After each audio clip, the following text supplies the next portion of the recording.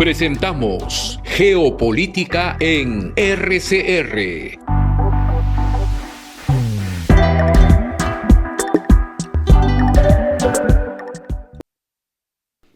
Muy buenas noches, estimados amigos.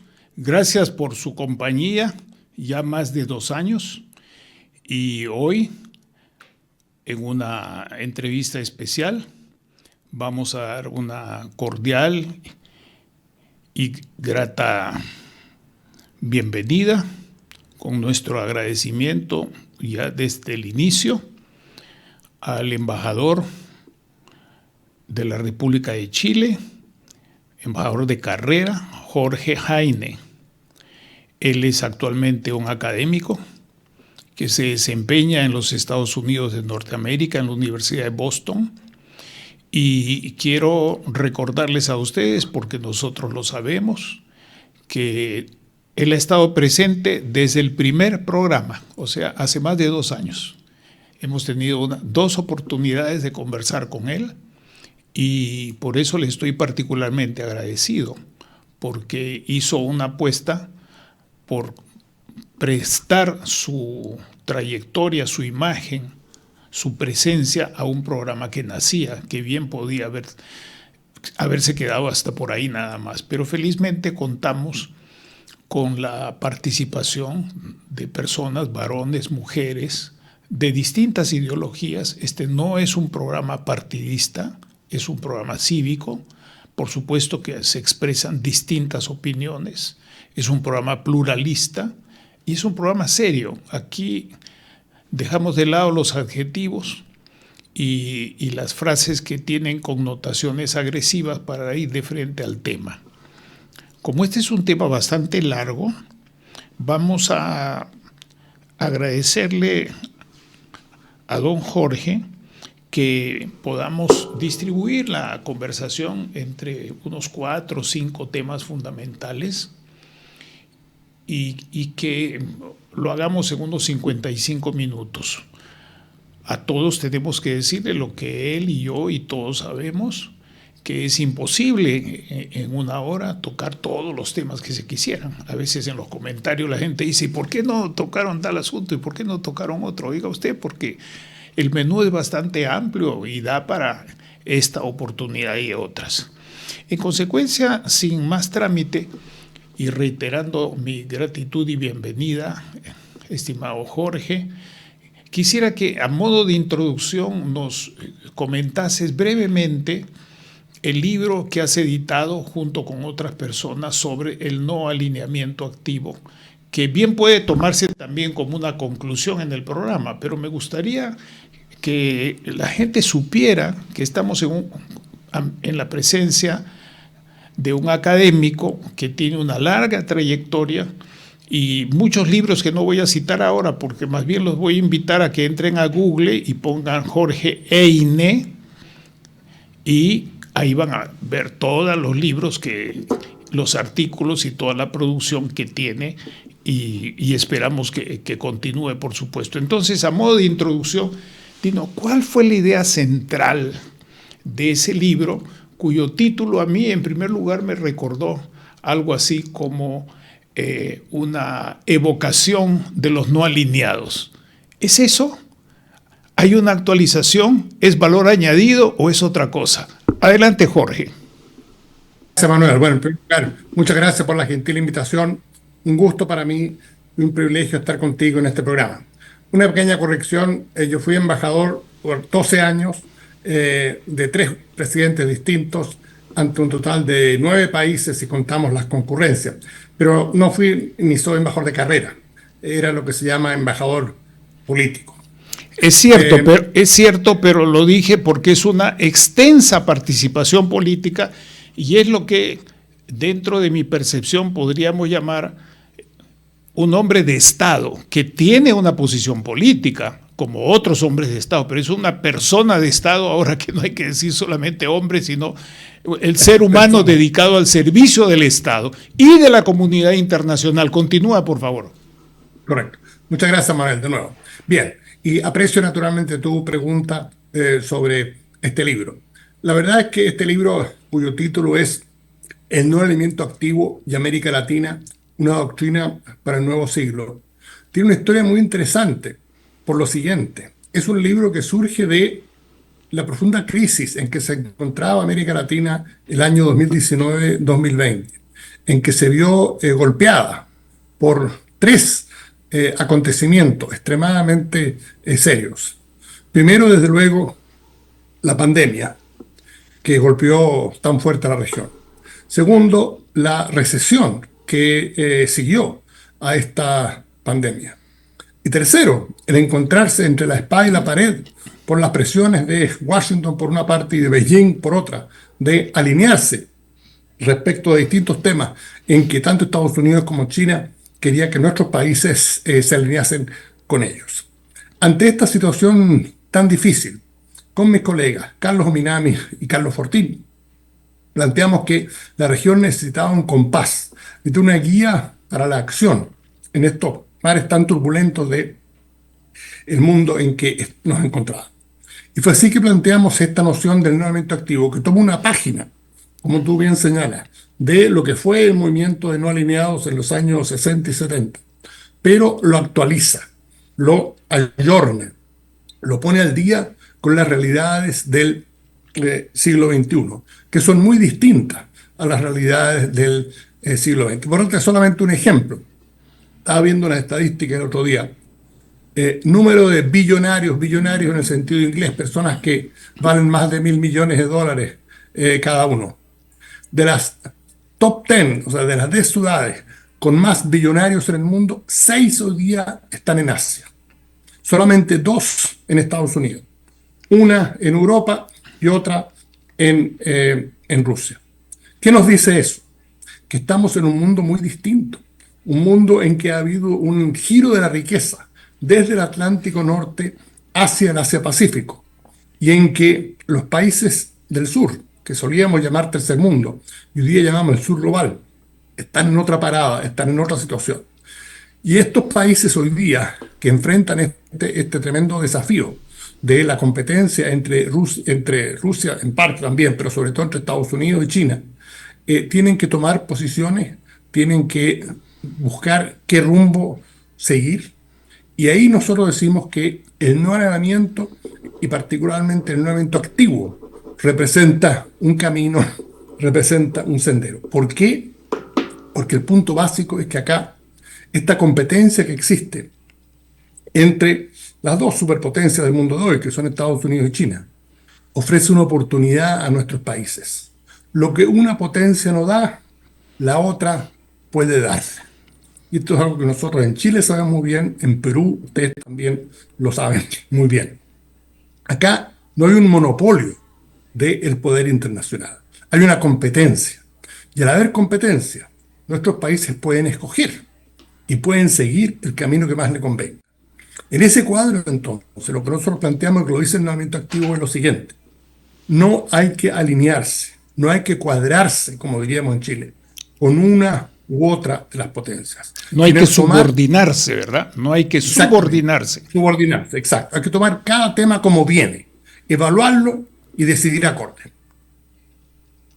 Ahora bien, me gustaría que con este mensaje fuerte, riguroso, efectivamente con los 3-4 factores claves que mencionaste, no es algo así como una reimpresión de los no alineados. Es un no alineamiento activo con unas perspectivas en el siglo XXI, bien claro, en lo económico, en lo político, en lo cultural, que muchas personas olvidan. Me gustaría que desglosaras un poco en los siguientes asuntos. Mira, se habla que hay una policrisis, tú mismo has empleado esa expresión. Osvaldo Rivero me hablaba el domingo, que tuvimos una larga conversación de que estamos en un mundo caótico, pero entonces hay diversidad de expresiones en las cuales la cohesión que existía dentro de algunos estados, entre estados y en distintas regiones se va perdiendo. Y lo que queda es en parte una multipolaridad, en parte estas dos potencias que has mencionado dominantes, pero también otras que tienen por factores geoestratégicos, demográficos, tecnológicos, pero también están estados que son fallidos y no son pocos, prácticamente estados fallidos, o como se les quiera llamar, ¿no?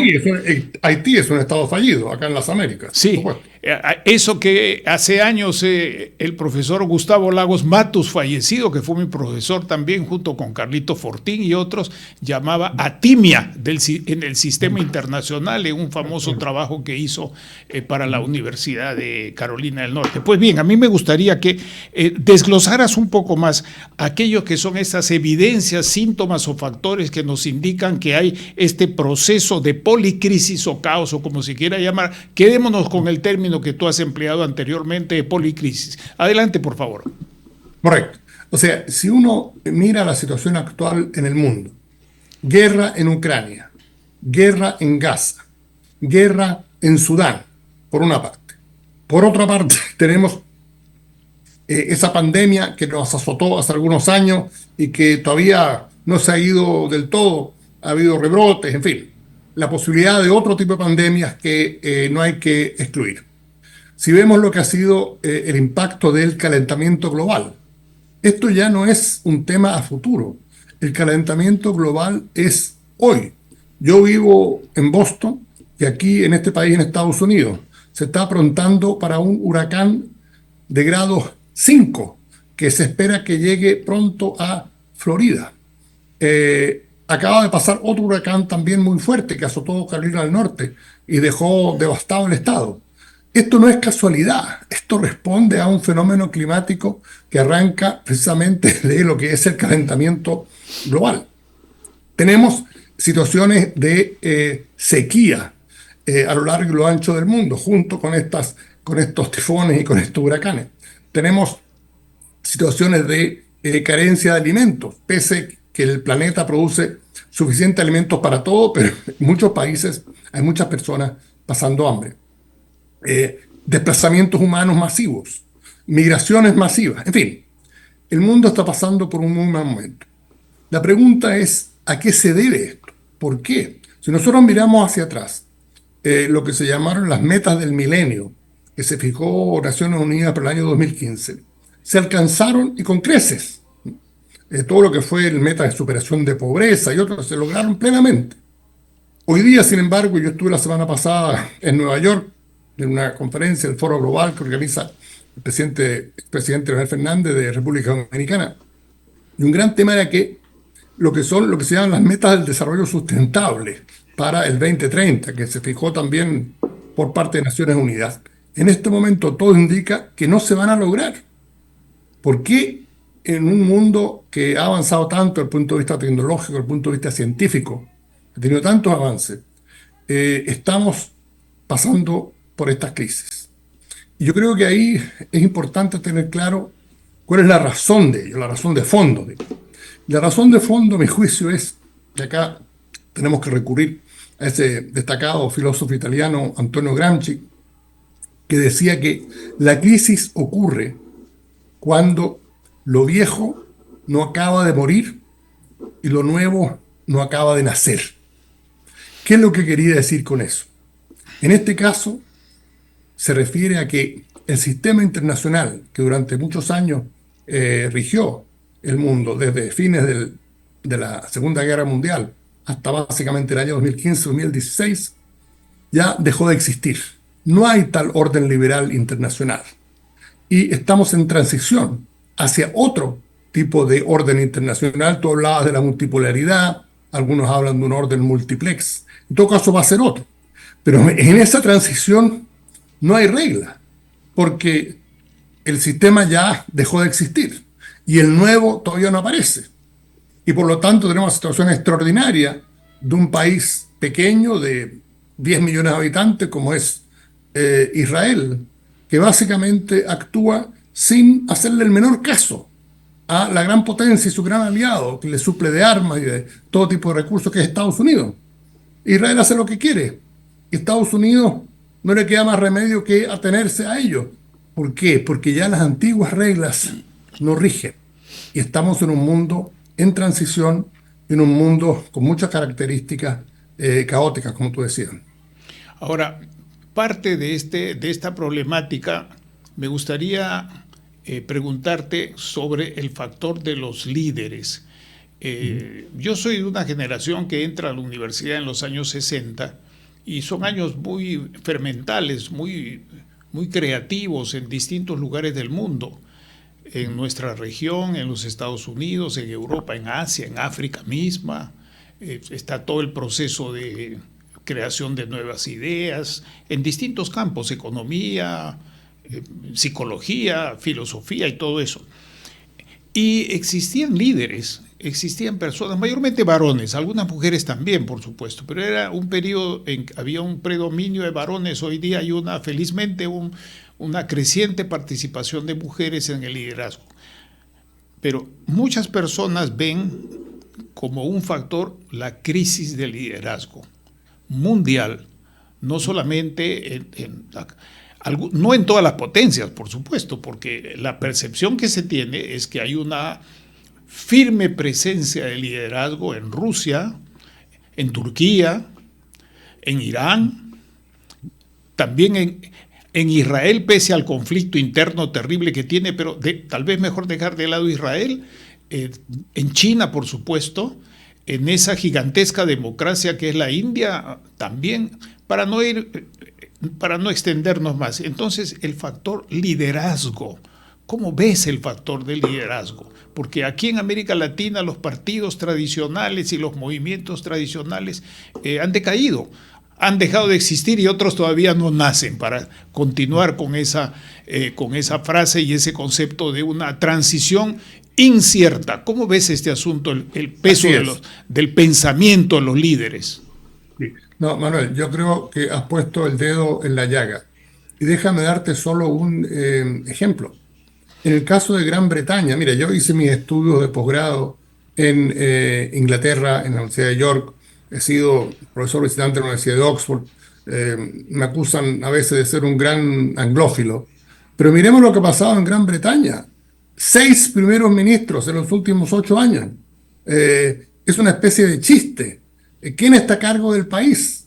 Y ya yo estuve en Inglaterra en los días en que fue electo el nuevo primer ministro Keir Starmer, que ya está con grandes problemas y su popularidad ha bajado enormemente, ahora ha tenido que salir de su jefe de gabinete, en fin. Este país que alguna vez ejerció un liderato tan importante, se dice que el siglo XIX fue en buena medida el siglo de Gran Bretaña.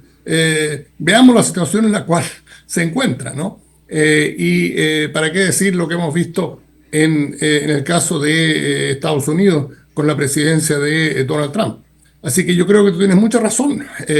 Ahora, yo diría lo siguiente, si nosotros miramos el cuadro de América Latina hoy en día, yo creo que destaca un gran líder, que es el presidente Lula de Brasil.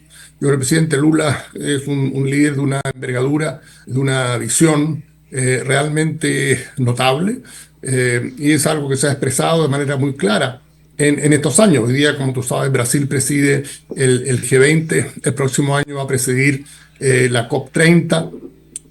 Brasil, en el tema de Gaza, ha ejercido un gran liderato en el Consejo de Seguridad, ha presentado resoluciones llamando cese al fuego, tomó una iniciativa muy interesante en Ucrania, una iniciativa de paz que no llegó a buen puerto, pero demostró una capacidad de liderato en materia de política internacional importante. De manera que yo, en ese cuadro que tú señalas, yo rescataría la figura del presidente Lula. Me parece muy bien, coincido contigo en eso, debo decirlo abiertamente. Discrepo en algunos temas, como es natural discrepar, pero lo sustantivo es muy importante. A veces subrayamos aquello en lo cual disentimos, pero lo mejor es subrayar aquello que es más fuerte, más estratégico, y en lo cual coincido ciertamente con lo que dices. El otro día te contaré que me hacen una entrevista y me preguntan que haga una comparación entre von der Leyen y Konrad Adenauer. Me quedé mudo porque le dije, no puedo. Son dos líderes, dos autoridades para distinguir entre poder, autoridad e influencia, una distinción básica que tenemos en nuestros trabajos, no es posible. Entonces, hay efectivamente una crisis de liderazgo, no quiero hablar del Perú, pero en fin, en otros países también. Pero has mencionado Brasil y Lula, y permíteme pasar un ratito a un tema también, a un tópico que tú has mencionado desde el inicio, y es la perspectiva de los BRICS. Los BRICS, hay mucha gente que ahora vive, sueña, y otros tienen pesadilla con los BRICS, ¿no? Pero más allá de eso, los BRICS tienen una dimensión política, ciertamente, una dimensión de política exterior, una dimensión económica que todavía no se materializa, pero en América del Sur, en nuestro continente, los BRICS, China y Brasil, de hecho, empiezan a tener un papel creciente, y sobre todo de creciente importancia, a pesar de que, por ejemplo, el Mercosur tiene los problemas que tú conoces mejor que yo que está viviendo, pero Brasil, los BRICS y China, ¿cómo los ves en esta posibilidad de tener o mayor consenso o mayor disenso en América Latina, o por lo menos en América del Sur? Yo diría lo siguiente: yo he sido embajador ante 3 de los 5 países originales de los BRICS, de manera que es un tema muy cercano a mi corazón, y lo he seguido de cerca desde un comienzo.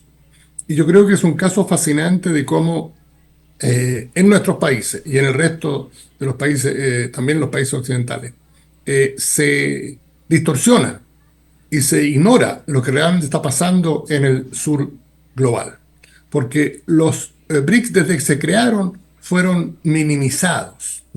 Se decía, por ejemplo, Rusia no es un país emergente, es un país descendiente.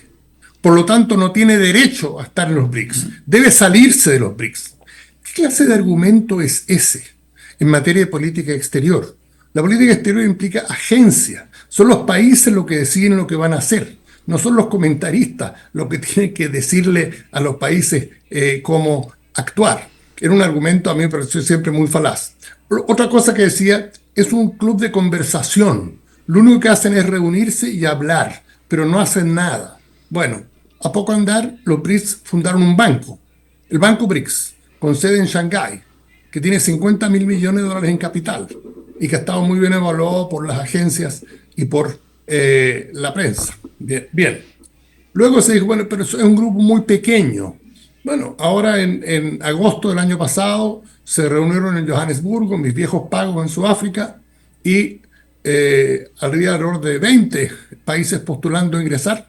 Se aceptaron 6, han ingresado 4, y hoy día los BRICS tienen otra dimensión y otra magnitud.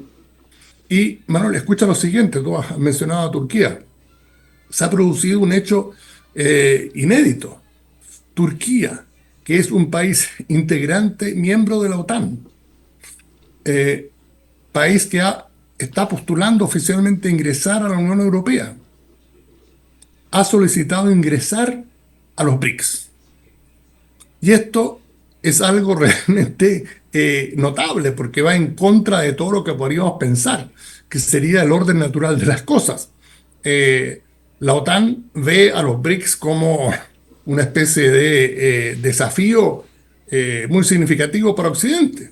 Y sin embargo, Turquía decide que quiere ingresar a los BRICS y quiere básicamente seguir una política de no alineamiento, en el sentido de estar con un pie en la OTAN y con otro pie en los BRICS. Y a mi juicio esto refleja este nuevo mundo en el cual estamos, en el cual los países del sur global, los países de Asia, África y América Latina, escogen su propio camino. Y es un camino que no significa aliarse con Occidente o con China, sino que es un camino propio. Ahora bien, mirando el sistema de Naciones Unidas, pero focalizándonos en la Organización de las Naciones Unidas, digamos, la cabeza de todo el sistema de las Naciones Unidas, podemos pensar que ya ha llegado para quedarse una suerte de grupo especial en el...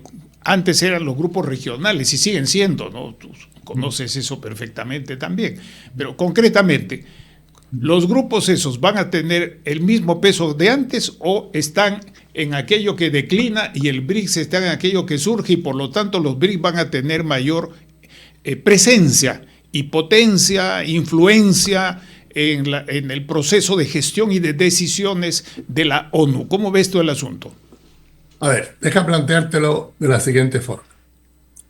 Nosotros veíamos tradicionalmente las organizaciones internacionales como la ONU, que es la más importante de ellas, como la instancia fundamental de decisiones internacionales, de reuniones internacionales, en fin. Bien. Sin embargo, hay que notar que la ONU está en decadencia. Entre todas estas guerras que yo te he mencionado, Ucrania, Gaza, Sudán, básicamente la ONU está brillando por su ausencia. Y déjame darte un dato muy interesante. Yo estuve en Nueva York en septiembre del año 23 y estuve ahora de nuevo en septiembre del año 24. En ambas ocasiones, con ocasión de la apertura de la Asamblea General de Naciones Unidas, de los presidentes y primer ministros del P5, ¿no? Los 5 integrantes permanentes del Consejo de Seguridad que tienen derecho a veto. No había ninguno, salvo el presidente de los Estados Unidos, Joe Biden, que es el anfitrión y el dueño de casa. Bueno, se supone que vaya a estas cosas, ya que Naciones Unidas está en Nueva York y en Estados Unidos. Ninguno de los otros, presidente de China, el presidente de Rusia, primer ministro de Gran Bretaña, presidente de Francia, se dignó a asistir. Hay una época en que en la Asamblea General de Naciones Unidas se juntaban todos ellos. Sin embargo, hoy no ocurre. Y luego me tocó estar el año pasado en Nueva Delhi, poco antes de la reunión del G20, que es un grupo, digamos, similar a los BRICS, en el sentido que es un grupo informal.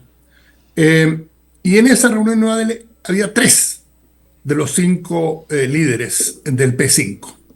¿Qué nos dice eso?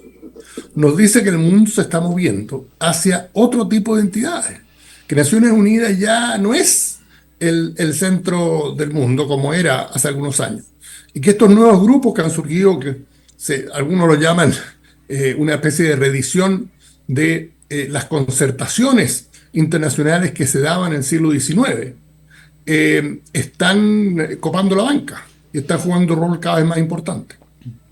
Ahora bien, esto que tú has dicho me lleva a dejar de lado algunos temas que más adelante te plantearé para seguir un poquito más con la ONU. Y también has mencionado desde el comienzo, y eso había que citarlo, tú lo hiciste, los objetivos del milenio, los objetivos de desarrollo sostenible y ahora el pacto del futuro.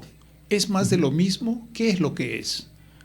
A mí, en lo particular, no termina de convencerme ese asunto, habida cuenta de las deficiencias y el decaimiento que tiene el sistema de Naciones Unidas, con problemas serios de liderazgo. Antes, y tú has vivido en eso muchísimo toda tu carrera profesional, ¿no? Los grupos regionales eran fundamentales para una negociación, en fin, para la marcha de la institución, pero hoy día eso está como periclitándose rápidamente. Entonces, financiamiento, caída del peso de las negociaciones regionales, problemas con la administración interna del sistema de Naciones Unidas, en algunos casos una burocratización elefantiásica, y yo lo he visto de cerca también en los años en que cerca de casi 20 años que me ha tocado trabajar dentro del país. Entonces, en este contexto, tal vez un poco malcriado y agresivo de mi parte, te quiero preguntar tu reflexión sobre este asunto, Objetivos 2030 y Pacto del Futuro. ¿Cómo reflexionas frente a este propósito que acaba de aprobar la Asamblea, seguramente con ausencias importantes o con la presencia de personas que son sustitutos funcionales dentro de las jerarquías de aquellos que están registrados como delegados en Naciones Unidas? Tu reflexión, por favor. Sí, por supuesto, Manuel. El punto es el siguiente, que mira, y no me malinterprete.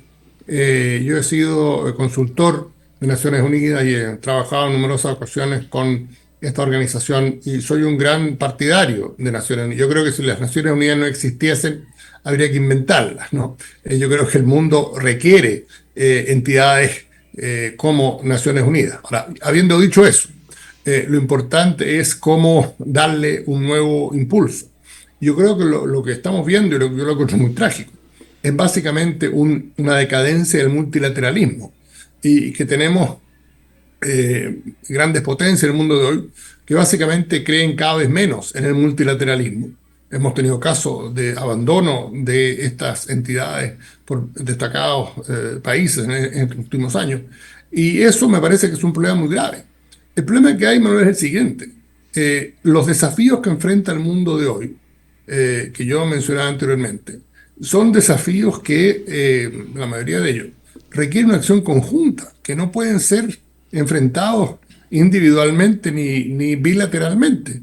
O sea, ¿cómo combatir el cambio climático en forma unilateral o bilateral? Imposible, ¿no?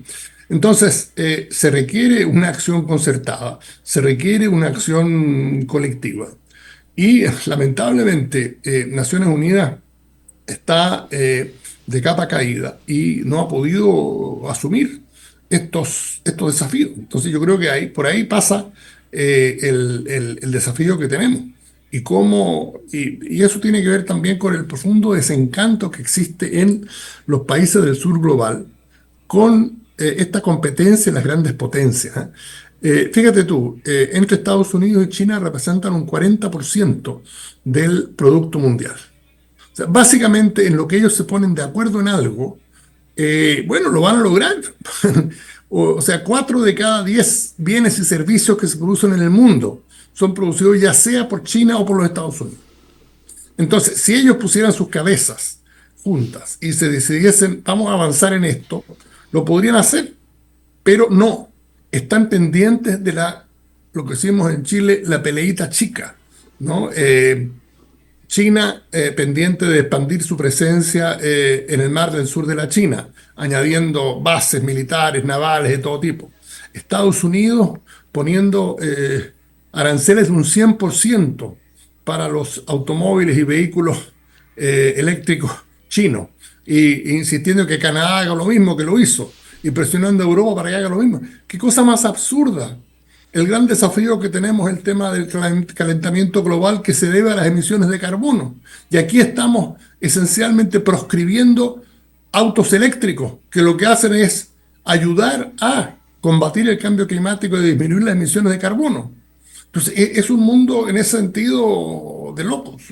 Sí, e indirectamente perjudica a dos países productores de cobre y minerales, como son tu país Chile, que es el primer productor, y detrás de Chile nosotros el Perú, porque producimos ambos países una cuota importante del cobre y otros elementos y también tierras que son esenciales para la producción de la electrificación. Antes de pasar al otro tema que me interesa, me gustaría así decir que yo coincido contigo en el enunciado de los puntos que habías manifestado. Pido disculpas si he dicho algo como que te he interpretado. No he pretendido eso, sino más bien señalar eso nada más y luego decir lo que yo pienso, ¿no? De una manera, sí, bastante crítica al sistema de Naciones Unidas, pero creo, no digo creo, es evidente, se puede reconocer que aún con todas sus deficiencias, el sistema de Naciones Unidas debe seguir siendo apuntalado y mejorado, porque es mejor ese sistema que algún otro. Todavía no hay posibilidades de que salga otro. En este sentido, de este propósito y de esta visión fundamental, te quiero pedir otra reflexión sobre el asunto del Consejo de Seguridad. Composición, miembros. ¿Cómo ves este asunto que es bastante debatido? Se dice, sí, hay que poner, más o menos hay que llevar la democracia a una cabeza, a un Estado, un voto también al Consejo de Seguridad. Esa es la idea que mucha gente tiene. Pero sabemos que eso no es, Funciona. no es así, ¿verdad? Tu reflexión sobre eso también, estimado Jorge. Mira, a ver, yo creo lo siguiente, yo creo que hay algo profundamente paradójico en que este grupo del P5 eh, obviamente disfrutan el tener este poder tan especial que es el poder de veto en el Consejo de Seguridad y que lo ejercitan regularmente. Y lo hemos visto en estos últimos años con ocasión de lo de Ucrania, lo de gas, en fin.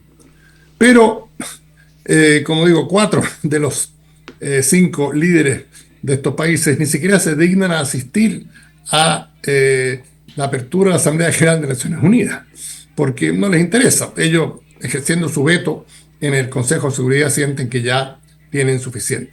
Y a mí me parece que hay algo profundamente equivocado en que en este Consejo de Seguridad actual, del P5, de los 5 miembros permanentes con derecho a veto, hayan 2 países de Europa Occidental y no haya ningún país de América Latina y no haya ningún país de África.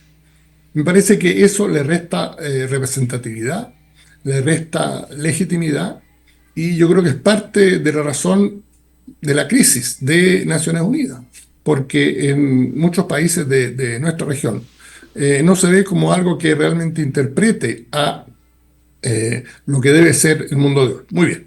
Ahora, ¿cómo avanzar en esto? Yo personalmente creo que países como Brasil, como India, como Japón también, tal vez Alemania, deberían estar en el Consejo de Seguridad con calidad de miembros permanentes.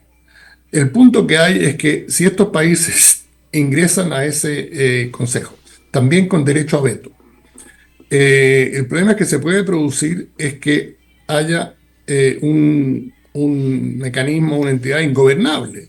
Porque si ahora con 5 países que tienen derecho a veto no funciona muy bien, imagínate con 10 países con derecho a veto. Entonces yo creo que algunos han planteado que estos nuevos integrantes no deberían tener derecho a veto y que eso sería el mejor sistema, es decir, se evita que el Consejo se entrampe.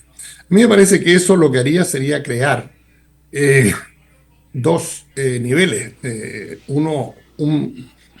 unos miembros permanentes de primera categoría y otro de segunda categoría. Y eso no me parece una buena idea. Yo creo que el camino va más bien por modificar el derecho a veto mismo.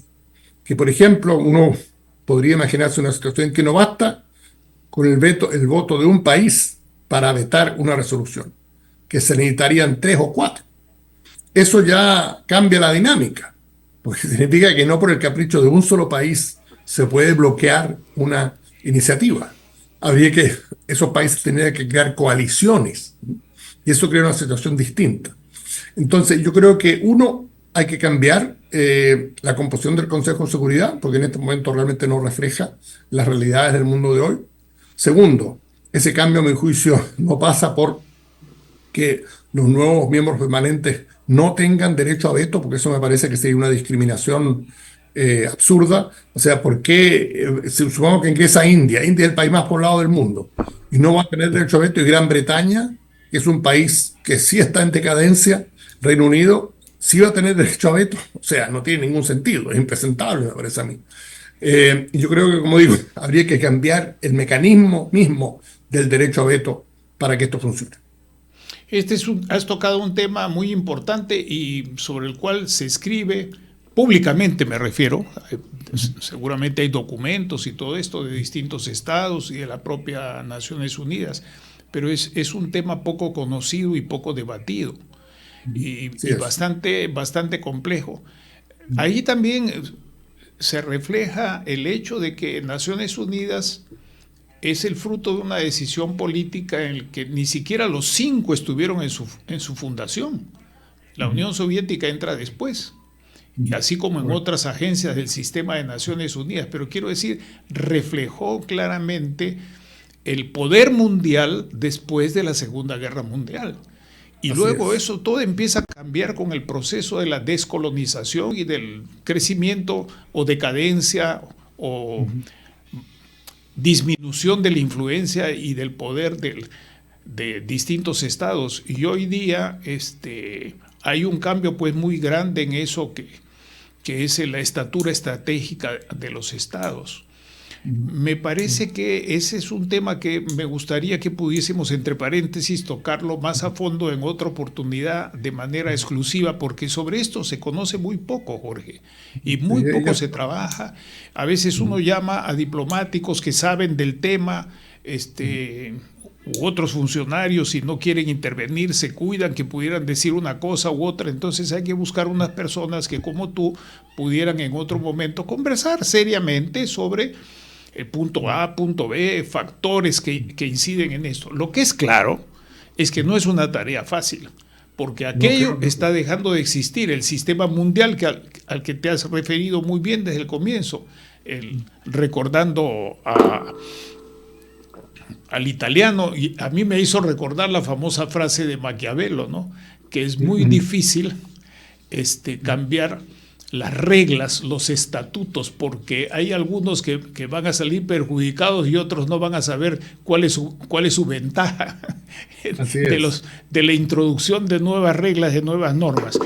En este contexto que estamos conversando y sin dejar de lado este espíritu universalista, me gustaría que comentáramos sobre un tema clave de inversiones en América del Sur, ¿no? Y no solamente están las inversiones mineras, energéticas, en algunas cosas. Esto que tú has señalado muy bien, lo del cambio climático, golpea de una manera terrible. Lo voy a decir brevemente. Aquí en el Perú se habla de que esta alianza de inversión con China y con Brasil por el asunto del puerto de Chancay, que no es un hub todavía, sigue siendo tratado como un puerto, lo cual es otra cosa, ¿no? Hablan de las hidrovías, pero cuando uno mira el mapa ve la Amazonía seca. Entonces, ¿de qué hidrovías vamos a hablar y por cuánto tiempo vamos a tener esa sequía? En consecuencia, en este proceso complejo hay algunas cosas que se miran con suspicacia por algunos, y aquí en el Perú hay gente que trata siempre de estar diciendo, miren, esto afecta al país vecino del sur o afecta al país vecino del norte, y el comercio internacional no funciona así. Esa es mi opinión. Entonces, a mí me gustaría tu reflexión sobre este alcance. ¿Cómo ves tú, cómo reflexionas este alcance de la inversión del Estado de la República Popular China a través de COSCO Shipping en el sistema comercial? Ya no es solamente en un puerto, sino que es un sistema comercial y que tiene un alcance que es de hecho intermodal, como dicen los especialistas. O sea, no es solamente una cosa marítima, también está ferrocarril, carretera, servicios aéreos, etcétera. Me gustaría tu reflexión sobre esto, porque va a ser muy importante tener en cuenta tu criterio para seguir con este tema más adelante. Por favor, adelante, Jorge. Sí, gracias, Manuel. A ver, este es un tema que yo he seguido muy de cerca.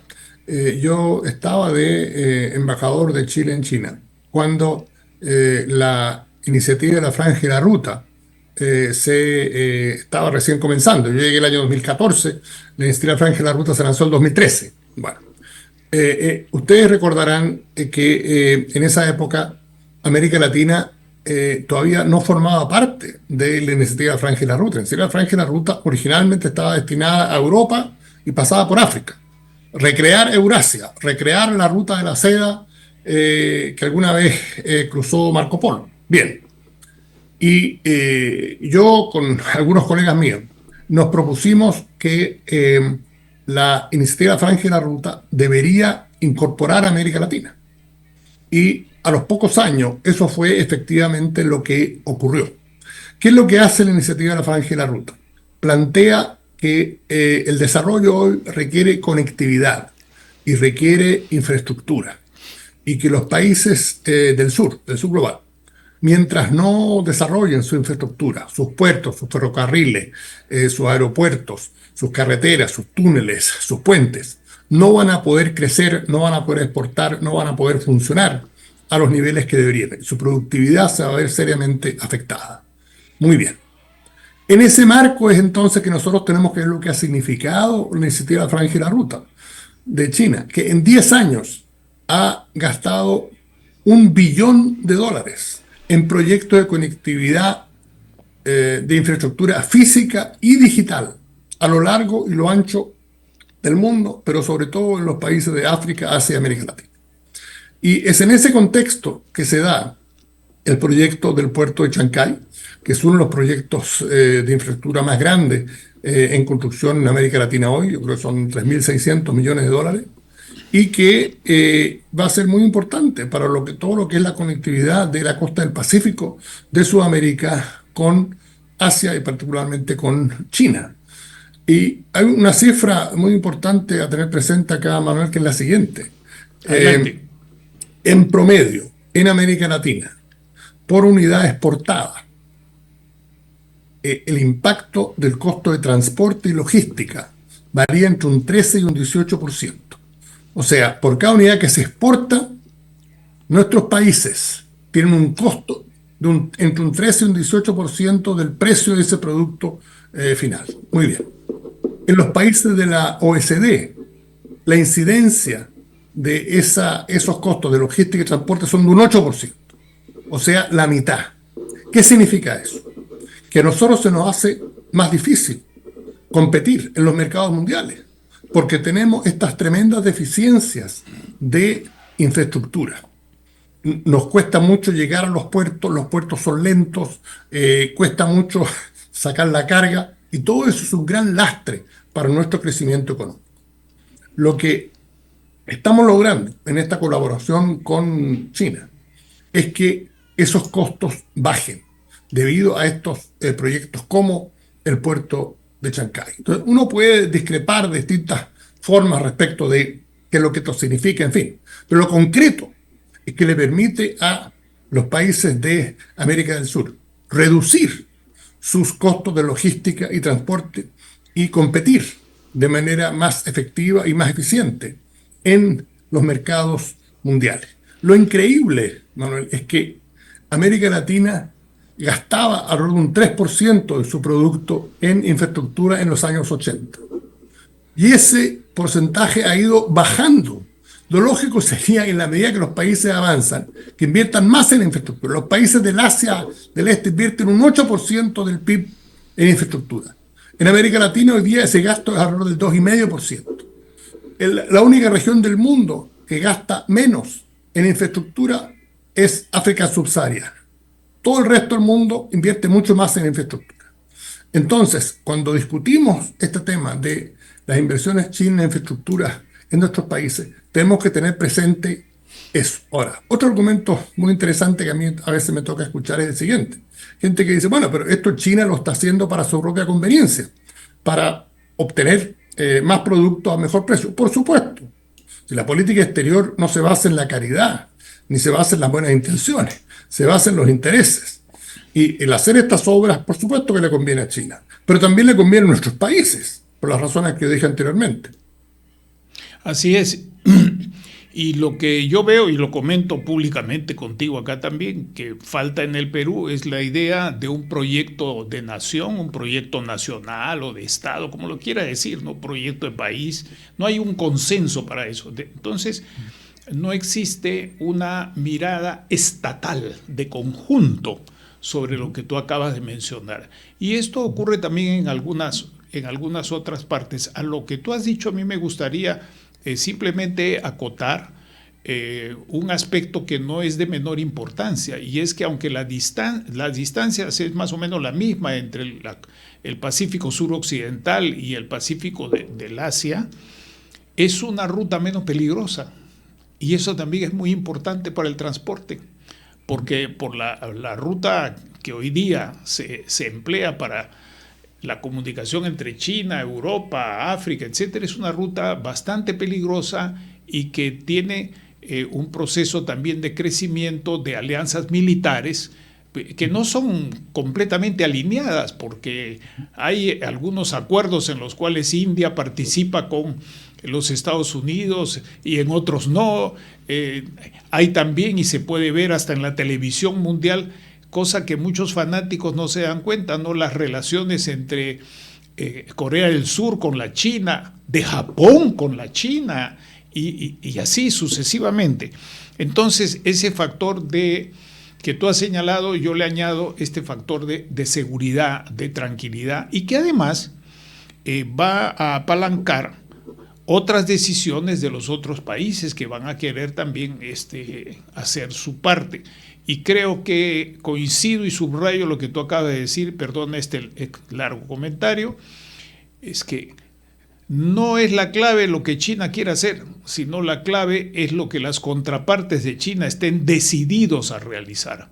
Porque si no, lo único que hay es una visión de proyecto y una visión micro de empresa. ¿Cuánto gana mi empresa, mi bolsillo, o mi departamento, o mi provincia, o mi comuna? Y no es así el tema. Dicho esto, se puede afirmar entonces que en parte esta competencia entre Estados Unidos y la China, en parte influye en estas disrupciones, en este caos, pero en parte también abre oportunidades, que es muy grande, ¿no? Así es. Es tan cierto lo que tú dices, Manuel. Fíjate lo siguiente, es un hecho, y yo lo subrayaba en distintas instancias. Hay algo, no sé si tú has escuchado hablar de el Corredor del Lobito. El Corredor del Lobito es un proyecto de una vía ferroviaria entre el Congo y el puerto de Lobito en Angola. Bueno, ocurre que Estados Unidos se ha comprometido a financiar esta vía férrea entre el Congo y Angola. Estamos hablando de cifras muy significativas, estamos hablando de cientos de millones de dólares. Ahora, ¿cuándo habías escuchado tú que los Estados Unidos se comprometía con proyectos ferroviarios en África? El único país en el pasado reciente que se comprometía y lo hacía con proyectos de este tipo era China. ¿Pero por qué lo está haciendo Estados Unidos? Porque ha concluido que no se puede quedar atrás. China acaba de desarrollar un gran proyecto ferroviario en Etiopía, una vía férrea, un tren que funciona muy bien entre Addis Ababa y Djibouti, y otro en Kenia, entre Nairobi y Mombasa. Y Estados Unidos se ha dado cuenta que eso a los africanos les ha gustado. Y han dicho, bueno, nosotros no nos podemos quedar atrás. Y Estados Unidos, que le cuesta mucho hacer proyectos ferroviarios acá, en los Estados Unidos, donde yo vivo, se ha embarcado ahora en un proyecto ferroviario en África. Y eso se debe a esta competencia que yo menciono. Y eso es algo que a mí me parece muy saludable. El camino, la manera que Estados Unidos debe seguir para competir con China no es dando discursos rimbombantes. Eso no es lo que la gente quiere escuchar en nuestros países. Lo que tiene que hacer es hechos y no palabras, proyectos concretos. Y eso es lo que le va a permitir competir efectivamente con China. Mira, nos quedan solamente 3 minutos finales que te los dejo a ti con una sola cuestión sobre la cual te agradezco tu reflexión. Desde el punto de vista del no alineamiento activo, desde ese punto de vista que ustedes han trabajado y en el cual tienes un liderazgo bien reconocido, te pediría que nos hagas una reflexión sobre la situación y perspectivas posibles en este momento de las elecciones en los Estados Unidos, en lo que alcance a tu información. Sí, yo diría lo siguiente. Nuestra noción de endeudamiento activo surgió en el año 2019-2020, precisamente en la primera presidencia, lo que fue la primera presidencia del presidente Trump. ¿Por qué? Porque la administración del presidente Trump comenzó a presionar muy fuertemente a nuestros países para que cancelaran proyectos, para que suspendieran proyectos, para que dejaran de hacer negocios con China. Y eso, naturalmente, que tuvo un costo muy alto. Por dar un ejemplo concreto, el cuarto puente sobre el canal de Panamá, que se había adjudicado a una empresa china en una licitación abierta, se suspendió debido a esas presiones. Un proyecto de un cable submarino de Internet de Valparaíso a Shanghái, en el cual yo estuve involucrado, porque yo era embajador en Chile en ese momento, un proyecto presentado por Chile a China para conectar por vez primera al Asia con Sudamérica, se canceló debido a las presiones de Estados Unidos bajo el presidente Trump. Bien, A lo que voy es lo siguiente. Lo más probable es que de ser electo el presidente Trump, situaciones de ese tipo se vuelvan a repetir. Y en esa circunstancia, nuestros países lo que no pueden hacer es, como diríamos en Chile, agachar el moño y simplemente dejarse llevar por esas presiones. Lo que hace el no elemento activo es decir, señores, nosotros nos regimos por nuestro interés nacional, no vamos a ceder a las presiones de otros países y vamos a tomar las decisiones que nos convengan a nosotros, no las que le convengan a terceros. Y ese planteamiento que surgió en ese momento ha demostrado tener plena validez en los últimos años y yo creo que adquiriría una validez aún mayor en el caso de ganar el presidente Trump. De continuar los demócratas en la Casa Blanca, la situación sería algo distinta. En general, los demócratas, el presidente Biden, vicepresidenta Harris, que está de candidata, tiene un estilo distinto, más diplomático, aunque en el fondo no cambia mucho. Pero yo creo que representaría una situación de mayor holgura. En todo caso, el planteamiento sigue válido para cualquiera de los dos candidatos que gane la elección. El punto básico del no elemento activo es, bueno, no alinearse y evaluar cada situación, cada medida en sus méritos. Muchísimas gracias. Con esto nos quedamos con una extraordinaria contribución para tener una idea fija. Proyectos nacionales y proyectos regionales de no alineamiento activo en este siglo XXI tan complejo. Muchas gracias por tu contribución, estimado Jorge. Hasta una próxima oportunidad. Muchas gracias, Manuel. Muy agradecido. Gracias por la atención. Que estén muy bien. Hemos presentado Geopolítica en RCR